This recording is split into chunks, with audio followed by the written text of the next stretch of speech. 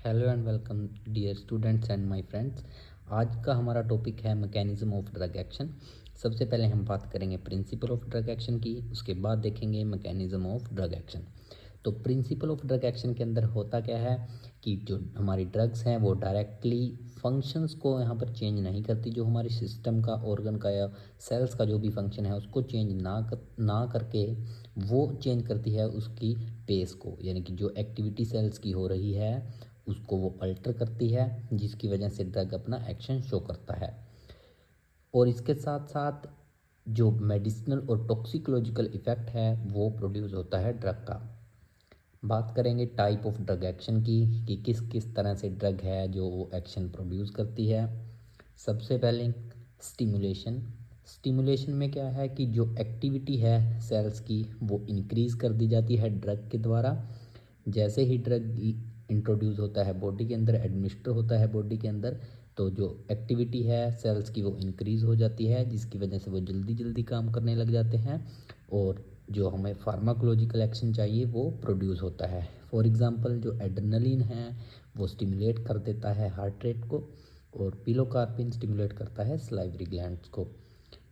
और इसके साथ होता क्या है कि अगर एक्सेसिव यानी कि ज़्यादा अमाउंट में अगर हम जो ड्रग्स दे दें, यानी कि स्टिमुलेशन को अगर ज़्यादा कर दें, तो भी साइड इफ़ेक्ट इसका आ सकता है। तो वो लीड कर सकता है डिप्रेशन की तरफ, यानी कि जो हमारा फंक्शन हो रहा था सेल का वो डिप्रेस हो जाएगा, यानी कि उसका उल्टा इफ़ेक्ट भी आ सकता है। दूसरा हमारे पास है डिप्रेशन, दूसरा टाइप है जो ड्रग एक्शन का। डिप्रेशन के अंदर क्या होता है कि इसका रिवर्स ही होगा। इसके अंदर स्टिमुलेशन के अंदर जो इंक्रीज़ कर रहे थे एक्टिविटी, और डिप्रेशन के अंदर क्या होगा कि जो सेल्स की एक्टिविटी है वो डिक्रीज़ हो जाएगी। और डिक्रीज़ होने की वजह से हमें फार्माकोलॉजिकल एक्शन या फिर जो भी हमें एक्शन प्रोड्यूस करवाना है ड्रग के थ्रू वो डिप्रेशन के थ्रू होगा। तो तीसरा तरीका जिससे ड्रग अपना एक्शन प्रोड्यूस करवाएगा वो है इरिटेशन। इरिटेशन के अंदर क्या होता है कि जो कुछ ड्रग्स होते हैं वो इन्फ्लामेशन करके, पेन करके या फिर टाइटनेस करके अपना एक्शन है वो प्रोड्यूस करवाते हैं, बट ये तरीका ज़्यादातर यूज़ नहीं किया जाता। इस तरह की ड्रग ज़्यादातर यूज़ नहीं की जा सकती। क्यों? क्योंकि ये लॉस कर सकती हैं फंक्शन को, जो हमारे सेल का फंक्शन है वो लॉस हो सकता है। अगला तरीका है रिप्लेसमेंट। रिप्लेसमेंट के अंदर क्या होता है कि जिस चीज़ की कमी, जिस सब्सटेंस की, जिस मेटाबोलाइट्स की या हॉर्मोन्स की कमी बॉडी के अंदर है, उनको डायरेक्टली बॉडी के अंदर देकर ड्रग्स के थ्रू हम ठीक कर सकते हैं। जैसे लीवोडोपा है, पार्किंसन में दिया जाता है। और जब भी डायबिटीज़ मेलाइटिस का जो पेशेंट होगा उसको इंसुलिन दिया जाता है, और जब खून की कमी होती है तो आयरन दिया जाता है। लास्ट हम देखेंगे साइटोटॉक्सिक एक्शन, जो कि ड्रग एक्शन है।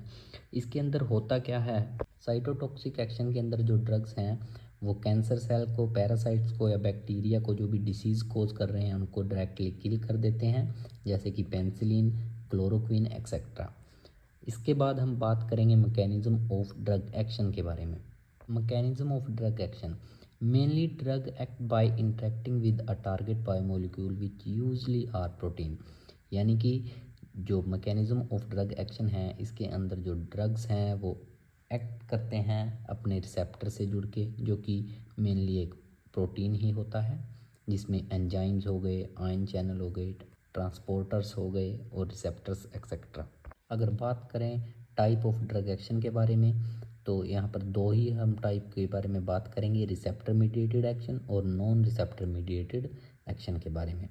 रिसेप्टर मीडिएटेड एक्शन की अगर बात करें तो ज़्यादातर जो ड्रग्स होती हैं वो अपना इफ़ेक्ट देती हैं रिसेप्टर के साथ बाइंड करके, विच आर मेनली प्रोटीन ही जो होते हैं, प्रेजेंट ऑन द सरफेस और विद इन द सेल। या तो वो सरफेस पे प्रेजेंट होते हैं या फिर सेल के अंदर ही प्रेजेंट होते हैं। ये काम कैसे करते हैं, ये ट्रिगर करते हैं बायोकेमिकल इवेंट्स को, जो कि फिजियोलॉजिकल इफेक्ट प्रोड्यूस करवाते हैं। अगला बात करते हैं नॉन रिसेप्टर मीडिएटेड एक्शन के बारे में। इसके अंदर जो ड्रग्स होते हैं वो अपना एक्शन देने के लिए रिसेप्टर के साथ बाइंड नहीं होते, वो केमिकल या फिजिकल एक्टिविटी अपनी करके या अपने रिएक्शंस के थ्रू अपना एक्शन प्रोड्यूस करते हैं। जैसे कि जो एंटासिड्स होते हैं वो न्यूट्रलाइज करते हैं गैस्ट्रिक एसिड को, और चिलेटिंग एजेंट कैसे काम करते हैं, वो हैवी मेटल के साथ बाइंड करके एक्शन प्रोड्यूस करवाते हैं। और कुछ ड्रग्स ऐसे भी होते हैं जो डायरेक्टली इंटरेक्ट करते हैं एंजाइम के साथ या आयन चैनल के साथ। तो ये था हमारा आज का टॉपिक, जिसमें हमने बात की मैकेनिज़्म ऑफ ड्रग एक्शन के बारे में और प्रिंसिपल ऑफ ड्रग एक्शन के बारे में।